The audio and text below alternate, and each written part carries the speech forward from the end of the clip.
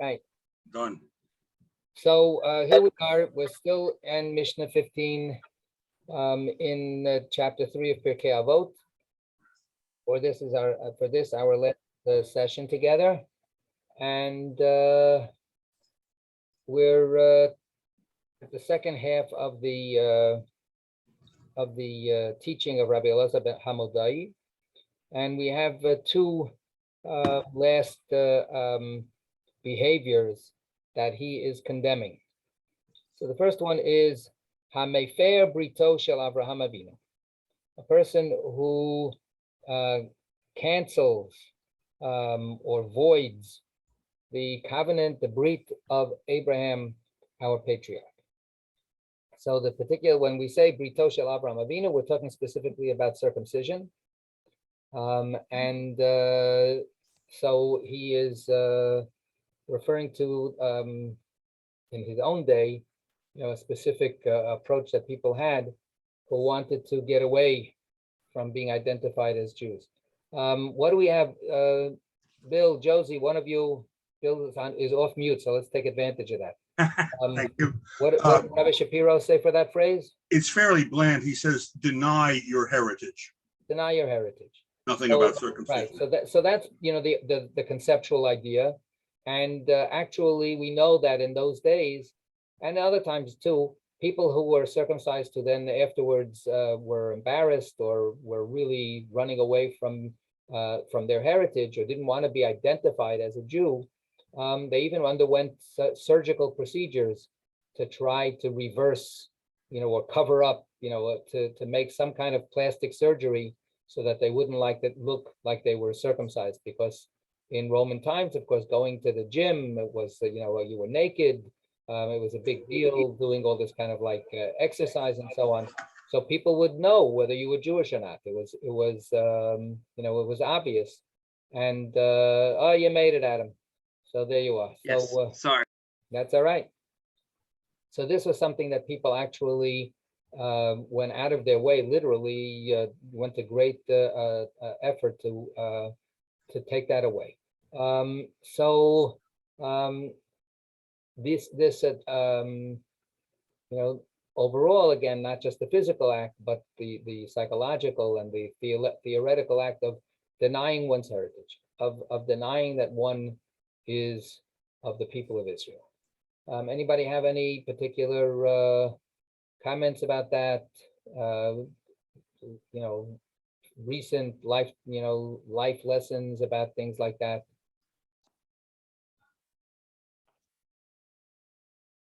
Yeah, Josie, you have to unmute. Well, it's not as dramatic as reverse circumcision, but people change their names so Right. that they don't sound particularly Jewish. Right. It put me through college, but lots of Jewish girls had their noses done. Right. Those kind of changes to the Right. way you look to the outside world. Right. So I don't know. I would distinguish a little bit this fad or trend or whatever phenomenon that was for a very, very long time to have a nose job, as it used to be called, rhinoplasty. Terrible name. Just makes me think of these big gigantic creatures. But there was a shame about that. There was a shame about the physical characteristics that were associated, with being Jewish. But that didn't necessarily mean that you were denying your Jewishness. You just didn't want to be discriminated against, as a result. You theoretically, you could have, gone home and lit the Shabbos candles Friday night, but you just didn't want to be shamed or humiliated in public by being, stereotyped. But the truth of the matter is that it really did go a lot of times into such a psychological set of denial. You incorporated within your own sense of who you were that kind of looking down on a Jew. And therefore your physical characteristics became repugnant even to you. And that also became a cultural and a religious thing as well. The idea that the majority culture is right, and I want to fit in, and I will do anything possible to fit in. That's of course, it's a very hard issue to come to some kind of perfect balance about. All of us do plenty of things to fit in to a contemporary society, and that take us away from certain distinctive Jewish looks or behaviors. So how much is just enough? How much is too much? And how much of it is about fear, and how much of it is about actually accepting the value judgment of society. So, like for men, you don't have to be naked, but the whole issue of a kippah, right, is a very political kind of question.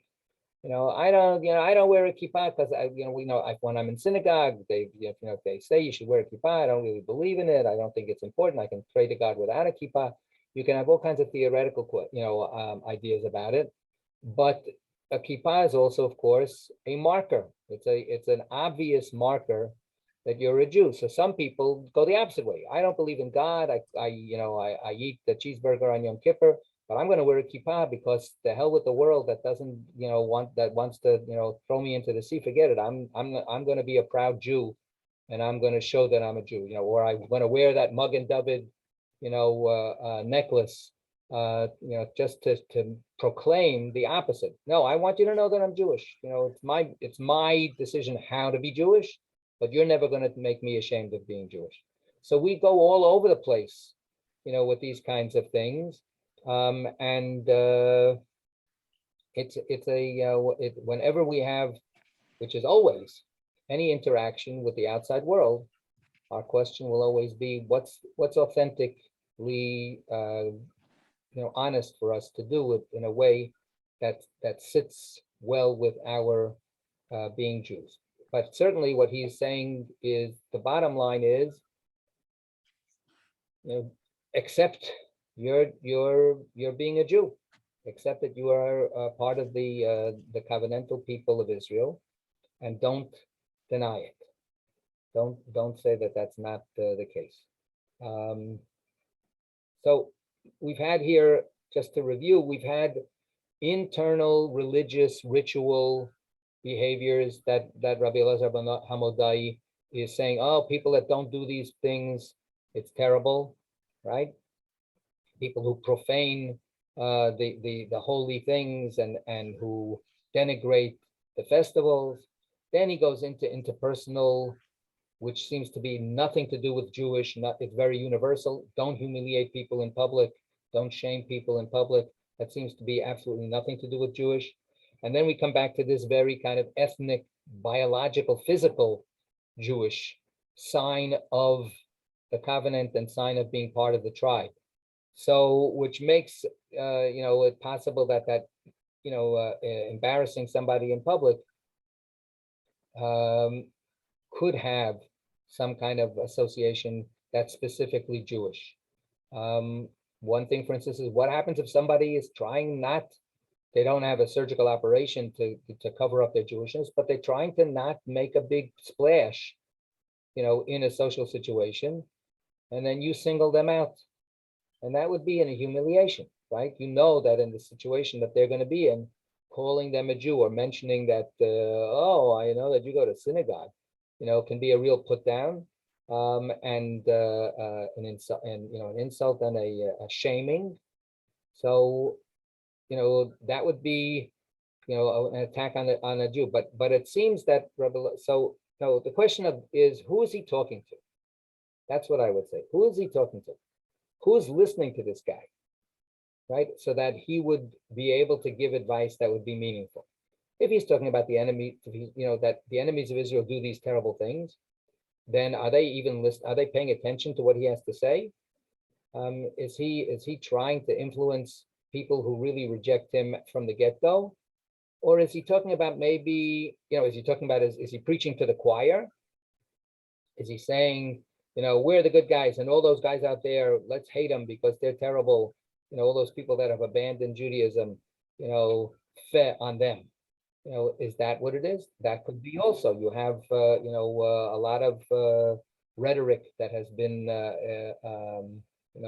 uttered over the ages, including right to this very day, including in the Israeli parliament. Oh, those Reform Jews, they're destroying Judaism. And of course, Reform means anybody that's not Haredi.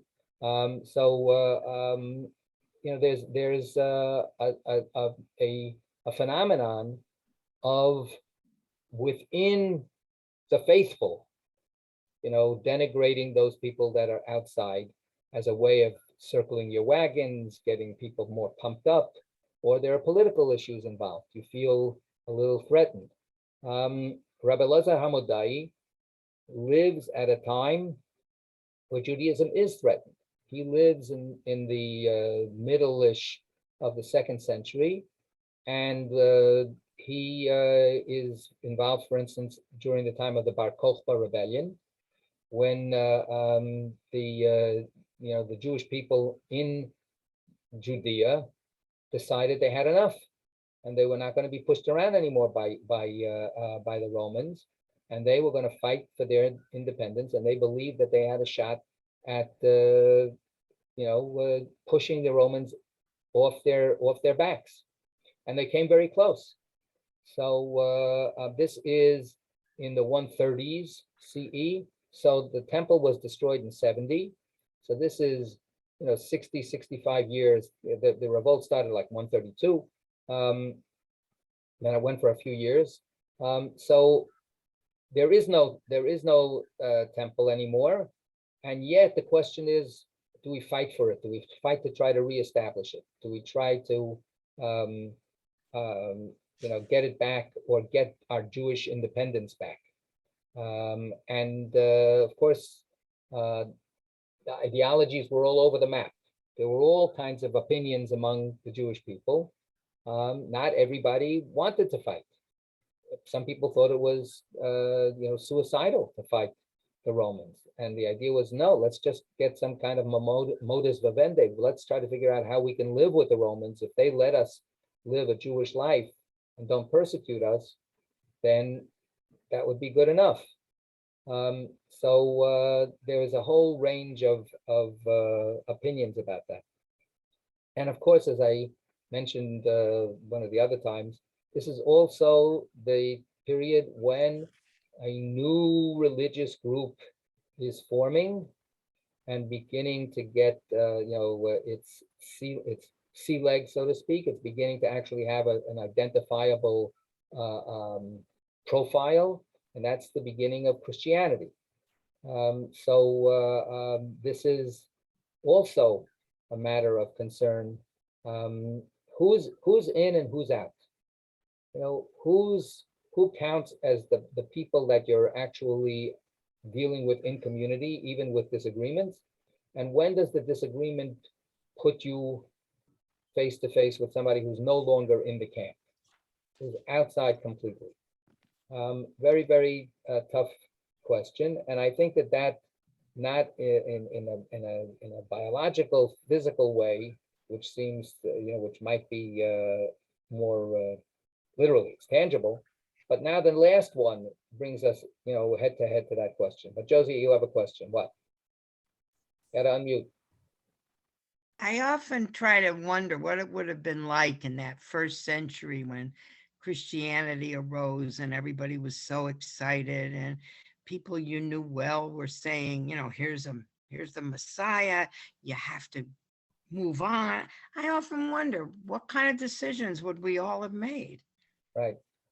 Yeah, no, it's definitely, it was a time of turmoil. I don't know, if anybody thinks that they can even create a statistical picture about this, but, one of the strategic decisions that Christianity made was basically to give up on the Jews, in the beginning. When it was an internal Jewish debate, they were a small group that were having, I think, marginal results within the Jewish people. And the big, Pauline revolution was, okay, so they're just rejecting us, forget it, let's go out to the world. And that's when they had their great success. And that was also part of the bitter establishment of an antagonism, so that it was no longer an internal, heavenly, for the sake of heaven, debate about how to be the best Jew you could be, have things changed and so on, but rather it became, literally on both sides and us against them. Right. So the idea that the Jews were rejecting us, okay, forget it. You don't have to be Jewish. For instance, one of the things was you don't have to be circumcised. Right? You just have to have faith in this, divine Messiah figure, and this physical stuff, Israel of the flesh, is an insult. If you're part of Israel of the flesh, it means that you don't get it. There's a higher level that the Christianity presented itself as having attained, and Jews who held on to tangible physical expressions of Jewish life were considered backward at best and evil, at worst. It didn't start that way. Jesus was a Torah observant Jew. So it just had started going, along historically. Things got, separated out. And he is at a point where these things are beginning to get very much separated out. So the idea, for instance, of what's your attitude toward the temple's destruction? The Jewish attitude was, this was a cataclysm. This was a devastating tragedy. The Christian attitude developed into, this was a blessing. Great, because the destruction of the physical is irrelevant. We have a new temple, which is Jesus. Jesus is the new temple. He's the new lamb. He's the new sacrifice. The sacrifices don't exist because we don't need them anymore. So it was a liberating, I think, idea. So that was a very painful kind of disagreement. And Jewish identity, for a very long time, one of the building blocks of Jewish identity was to say no. Losing the temple was a loss. It was a sadness. We mourn for it to this very day. Tisha B'Av is Tisha B'Av. Yeah, so this is completely different ways of looking at it, and that's what I would argue is this last point. V'hamegale panim b'Torah shelo kahalacha. So, Geraldine, what's your translation of that phrase, that last phrase? I don't know where to start it. After Abraham, our patriarch. Okay. Contemptuously perverts the meaning of Torah, though he be learned in Okay, Torah. forget that part. That's for everybody. But contemptuously perverts the meaning of the Torah. Yeah. Okay. And what does Rabbi Shapiro say? He says pit Torah against tradition. That's got a little different flavor to it, I think. So it's a funny kind of phrase. It's not quite obvious. Megale panim b'Torah. Does that mean that one looks at Torah? Megale panim means uncover faces, right? Or uncover one's face, right? B'Torah, in Torah, shelo k'halacha, improperly, not according to what's right. So when we say that one is uncovering the face, is one covering one's own face, right? In other words, showing disdain, being nasty, looking at the Torah with contempt. One's own face is like a face of anger or dismissal. Or is it to explain the Torah, show facets of the Torah in a way that is illegitimate? We say Shivim Panim La Torah. The Torah has 70 facets, has 70 faces. So is it a claim? Is it a misinterpretation of the Torah that's being condemned here? People who purposely twist the Torah's words to mean something else that's not what the Torah means? Or does it mean that I personally have such a disdain for the Torah that I, talk about it in a way that's hateful or dismissive or so on? It could be either one. Could be either one of those two things. And of course, whether one is doing that or not is in the eye of the beholder. That is an accusation that can be thrown around against people that you disagree with, even though they think that they're being genuine and being faithful to the Torah. So, in today's world, when we say the Torah is patriarchal, or the Torah is misogynist in this point, right? Is that being dismissive and contemptuous of the Torah? Or is that calling out an aspect of the Torah that's very difficult and that we have to figure out a way to get around? Do we want to be within the Torah and sort of have, reinterpret the Torah? This is something that I've worked very hard about. I don't want to believe that the Torah condemns homosexuality. So, somebody in the Orthodox camp would say, oh, that Greenstein, he's interpreting the Torah against what's really true. Right? And I would claim, no, I'm trying to interpret the Torah according to the best values of the Torah that I adhere to because I really believe in the Torah. So, however, the Christians had this idea that the Torah, of course, is passé. There's a New Testament. That's the Old Testament. Jews should never use the phrase Old Testament to refer to the Torah. It's a polemical denigration of the Torah. You say Hebrew Bible, and the Christian scriptures are Christian scriptures or Gospels or whatever else you want to call them.